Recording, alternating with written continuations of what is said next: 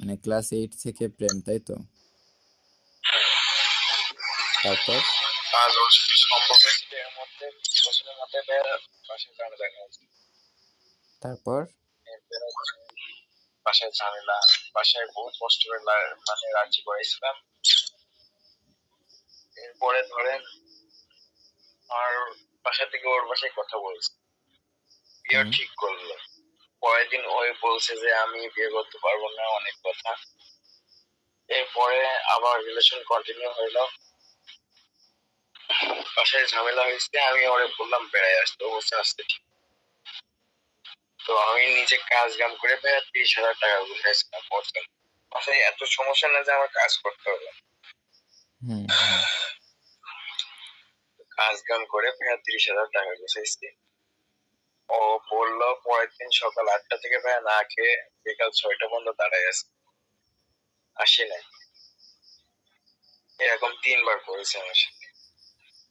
হঠাৎ এইচএসসি পরীক্ষার মধ্যে আমার সাথে ঠাক বন্ধ করে দেয়। এখন ভালোই আছে, পড়ালেখা করছে। ভাই কি বলবো। আবু সাইদ ভাই, আমি আপনার একটা কথা বলি। আপনার এসএসসি কত ব্যাচ? আপনি এসএসসি ব্যাচ কত? এসএসসি ব্যাচ আমি 2022 ভাইয়া। ও, তাহলে আপনি আমার থেকে 1 বছরের ছোট এইচএসসি ব্যাচ অনুযায়ী, কিন্তু আমার যা মনে হয় আপনি আমার সমবয়সী বা আমার থেকে বড়। এখন আমি আপনার কয়েকটা কথা বলি, মনোযোগ দিয়ে শোনেন, ঠিক আছে? তো এই যে মেয়ের যে চক্করটা, এটা খুবই খারাপ একটা জিনিস। প্লাস যেহেতু মেয়ে আপনার লাইফে আসছে, মেয়ে আপনার লাইফ থেকে চলে গেছে, এবং মেয়ে আপনার সাথে 3বার প্রতারণা করছে। তো আপনার কষ্ট দিচ্ছে, আপনার মেন্টালি পেইন, আর্থিক পেইন, সময় মূল্যহীনতা, এবং আরো অনেক কিছু। আপনি অনেক কিছু ভুগছেন, মন খারাপ করে এখন ডিপ্রেশনে একা একা বসে আছেন। তো পুরাই আপনার লাইফটা একদম অন্যরকম হয়ে আছে, যেটা আপনি এখন উপলব্ধি করতে পারতেছেন।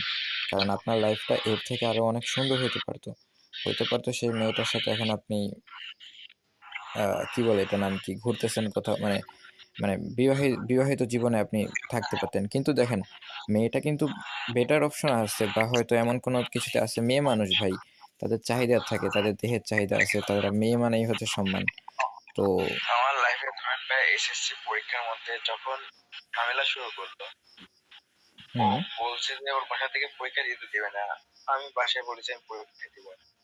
লাস্টে দেখা গেল ও পরীক্ষাও দিছে, ভালোভাবে পড়ালেখাও করছে। লাস্টে আমি এদিকে ধরেন পরীক্ষা দিয়ে এসে সেন্সলেসে পড়ে যেতাম, এদিকে ধরেন প্রেশার দিছে। আমার ভাই রেজাল্ট খারাপ হয়েছে, এদিকে ও প্লাস পেয়ে গেছে, গোল্ডেন প্লাস। আর শুধু মানসিক চাপ এগুলো না ভাইয়া, আর ওরা আমার কাজ করেছিল বুঝছেন, কোভিড আছে। ও কি ভাই, কাজ কি? ওই মেয়ের মামি ধরেন কবিরাজ বুঝছেন। তো আমারে মানে গাছ খাইছিল আমার বাসা থেকে। আমার কি বোঝাচ্ছে ভাই, আমি কিছুই বুঝতাম না। ও যা বলতো তাই করতাম, মানে কারোর কথা শুনতো না, খালি ও যা বলবে তাই। ব্ল্যাক ম্যাজিক করেছে আমার উপরে। ও আচ্ছা আচ্ছা, কালো জাদু করছে আপনার উপরে, বুঝতে পারছি। তো মানে এখন ভাই এটা নিয়ে এখন মন খারাপ করেন না, ঠিক আছে?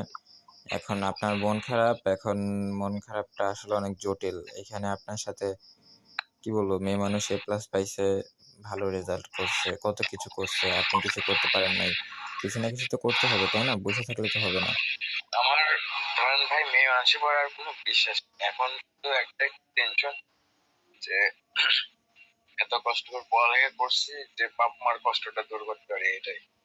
হ্যাঁ হ্যাঁ, এখন ভাই এইচএসসি শেষ হয়েছে, বড় হয়েছেন, জীবন অনেক সুন্দর। আপনার ওর থেকে ভালো মেয়ে এনে দিব ভাই, নো চিন্তা। এগুলো নিয়ে মন খারাপ করার কোনো দোয়া চিন্তা নেই। করবেন ভাই আমার জন্য। জি জি ভাই, অবশ্যই, কেন নয়। ইনশাল্লাহ ভাই, আপনি আপনার তো আমি জাস্ট কথা বলে বুঝলাম আপনি ভুক্তভোগী, প্লাস আপনার লাইফে অনেক কিছুই তোলপাড় হয়েছে। খারাপ লাগলো ভাই আপনি শুনে। একমাত্র আপনি খালি সোশ্যালে আমার সাথে এরকম কথা বলবেন। ভাই বিশ্বাস করেন, আমার লাইফেও কাহিনী আছে। আমি 1 তারিখে গেম খেলছি আর এই 9 তারিখে আসছি। আর এর আগে হচ্ছে যে গেমের আসেন এই গুগল থেকে মানে এফএফ আইডি ইনফো দিয়ে সার্চ করে দেখতাম যে কে অ্যাক্টিভ আছে কতটুকু নাই। তো জি এখন মানে ভাই সবারই লাইফে মানে আপস অ্যান্ড ডাউন আছে। তো আজকে আমার মনে হলো যে আমি টিকটক ডাউনলোড করছিলাম এই 5-6 তারিখে, বুঝছেন, এই 2-3 দিন আগে। তো টিকটকে দেখলাম যে কি অবস্থা টিকটকের। আমার অনেক আগে টিকটক ছিল 21 সালের, পরে কিছু করা হয়নি। তো এখন টিকটকে গেলাম, দেখি যে অনেকেই টিকটক করে, অনেকে অনেক কিছু করতেছে, সোশ্যালে যায় কথা বলে। তো আমি নিজে একজন স্টুডেন্ট, প্লাস টুকটাক অনলাইন অ্যাক্টিভিটিস করি, গেম টেম খেলি, কন্টেন্ট বানাই, কথা বলি। তো আমার মনে হলো যে কথা বলি, আর আপনি ওইখানে বসে ছিলেন একা একা, তো দেন আপনার সাথে কথা বললাম।